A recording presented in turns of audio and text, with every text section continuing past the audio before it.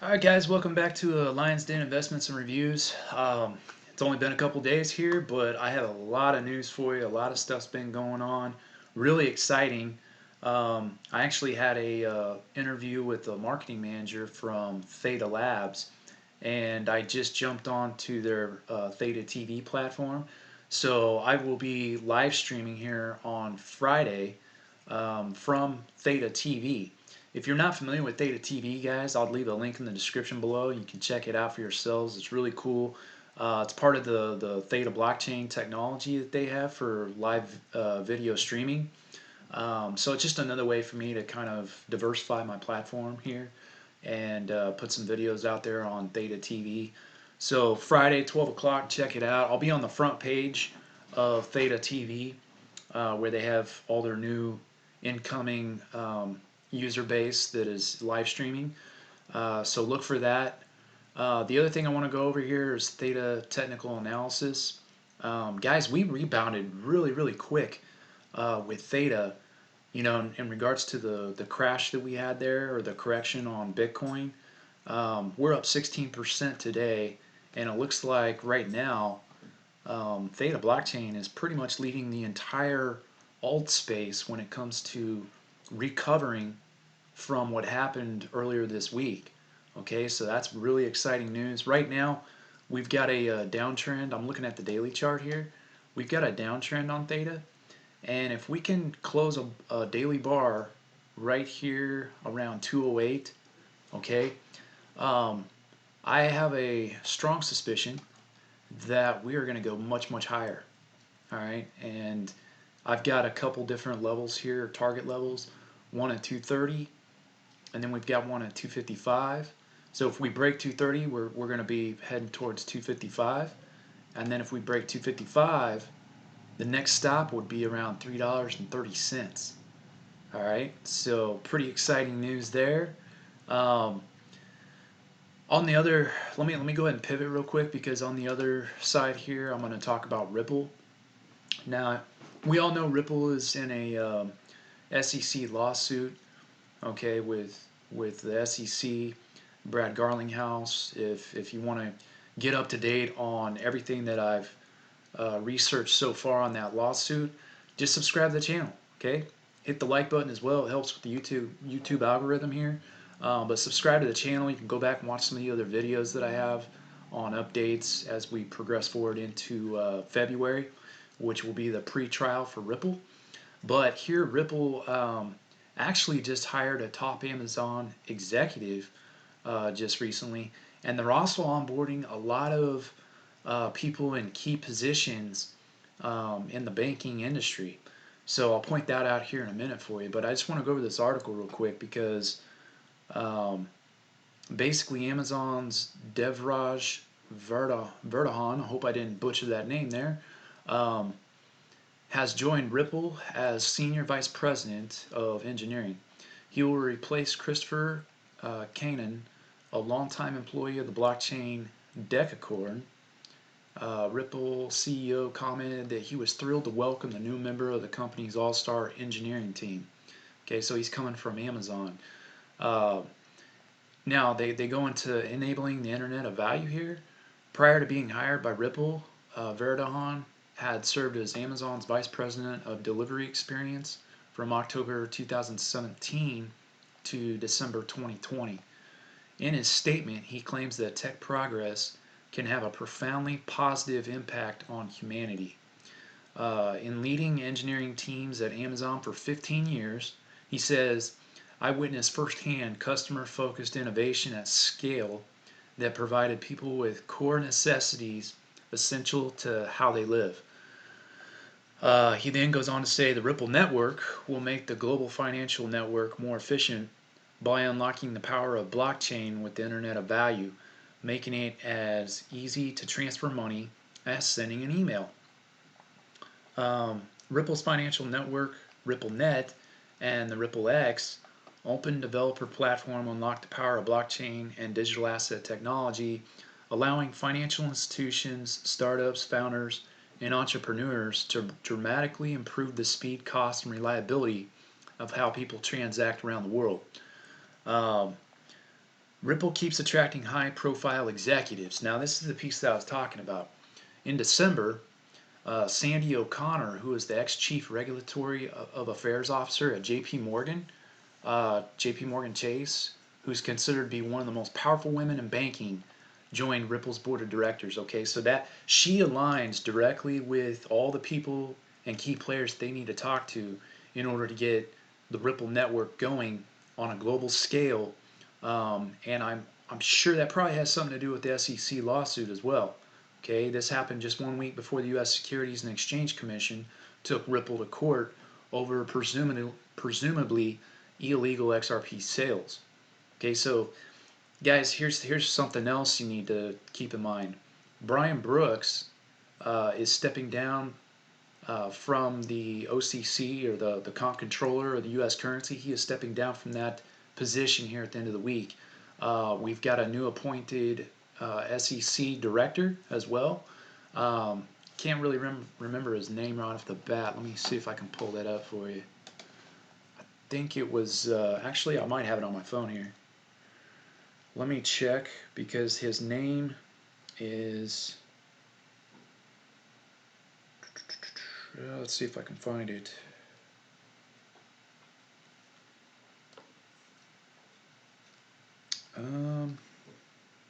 Yeah, President-elect Joe Biden, he went ahead and appointed Gary Gensler as U.S. SEC chair. Okay, and I'm just trying to see if he's got a background from Wall Street, basically. So he will be taking position over the chair of the SEC, and with Bryan Brooks stepping down, okay, and with him taking place, it's of the SEC taking place of the chair there. I don't know what's going to happen with this lawsuit. It's looking more and more like Brad Garlinghouse and XRP just might take a fine or a slap on the hand here and settle. Um, I've also heard some rumors that SEC is actually trying to force XRP into settling with them. I don't I haven't heard much more than that. I mean, I've just heard some rumors about it. So if you guys know anything, leave some comments in the description below, giving us an update on that. I'll continue researching as well on the XRP stuff to see if I can find that information. But that's XRP, guys. And here's the thing: if XRP ends up being considered a global stablecoin, and they use it on if they use cross-border payments for the entire global economy on the XRP ledger, there's a good chance you might get a reevaluation on the XRP token at some point. Now, when that would happen, I don't know. We just have to wait and see and find out what happens with this SEC lawsuit. But again, if you guys have any updates on rumors that you might have heard of with the SEC trying to force Ripple into a settlement, let me know, because I want to cover that. But moving on here, the last thing I want to talk about in today's video is, I don't know if you guys watch Undercover Billionaire on Discovery Channel, but there's a man by the name of Grant Cardone on there, and he is a huge real estate expert. Okay, this guy's been in real estate for about 20 years probably. And I'm going to play a video for you where he had an interview with CNBC, because he's talking about the middle class getting wiped out here. Okay, and this is just another reason why you want to try to pivot and diversify your assets and investments into stuff that's going to hedge against inflation. Because if you haven't already heard this, Biden has already put together a CARES Act package, okay, for another stimulus. And I told you in previous videos that there's a good possibility we'd probably get more stimulus checks as time progresses, because the central banks, all they can do right now is just print up money. Okay, they almost have to in this debt-based system, so they have to create twice as much debt as they did last year. All right, and last year we printed up roughly about 13 to 14 trillion dollars in these stimulus packages. We're gonna have to double that. So right out of the gate, he's putting together a stimulus package that's going to come to the tunes of around $4 trillion, which is, I mean, just starting out the year, that is a ton of money. and it's just going to get worse. Okay, they're just going to fire up that print press and print more. But I want you to listen to what Grant Cardone says here in his interview with CNBC, because it has to do with real estate. And if you guys are homeowners or looking to buy a home, you might want to pay attention to what he has to say here. Monthly housing trends report, that coupled with the expectation that interest rates could begin climbing sooner rather than later, albeit still a few years out, makes real estate quite the interesting play these days. And for more on that, I want to bring on our next guest. That would be real estate entrepreneur and author, as well as star of Discovery's Undercover Billionaire, Grant Cardone, joins us now. And Grant, thanks for coming back on, man. Let's start with the update I was just talking about there in the Realtor.com report. Obviously a hot market right now, but prices are rising on slim inventory. So what's your outlook for real estate here in the new year? Zach, the middle class are going to get priced out permanently. The great divide will get wider, and wealthy people are picking up the second and third homes like most people buy Skittles, or the way we were buying toilet paper back in March. Well, that sounds very depressing, Grant. Yeah, the average person's not able to grab a house today. Like, after the pandemic, the banks went to 20% down. Now they're going to do double and triple checks on how you did during COVID to see if your future employment is stable. It's going to get more and more difficult for people to buy a home. In the lowest interest rate environment we've ever had, the middle class will not be able to take advantage of it. And literally, this validates this concept I've been telling and pushing on for years, which is cash is trash, and the wealthy are turning their cash into real assets. Yeah. Boom. So there you got it. Cash is trash, and the wealthy are turning their money into real assets. Okay, and that just goes back to what I've been preaching all along here, which is basically you need to diversify, convert any U.S. dollars that you have as free as as far as cash flow and free money. You need to get that over into other assets, guys. Okay. Get your money making babies for you, like what Grant Cardone talks about.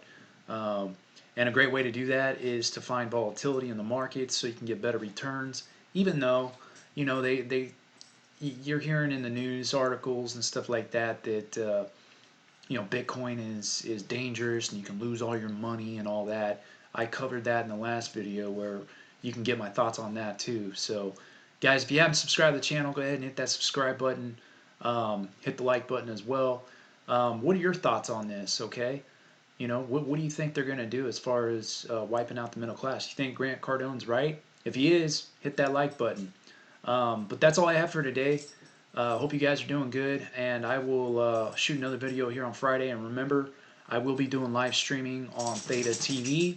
So just go to Theta TV if you want to check that out and get more familiar with the technology on the blockchain and what Theta is doing. Because Theta, guys, like I said before, it's one of my favorite projects in blockchain. And here before too long, I have a sneaky suspicion that they're going to be one of the main competitors to blockchains like Ethereum. All right, so with that said, one last thing, guys. Remember, when it comes to investing and we start talking about fear, and prices dropping on some of these investments and the stock market rolling over, just remember, guys, fear nothing, all right? Fear nothing, my friends. Until next time, I'll talk to you later.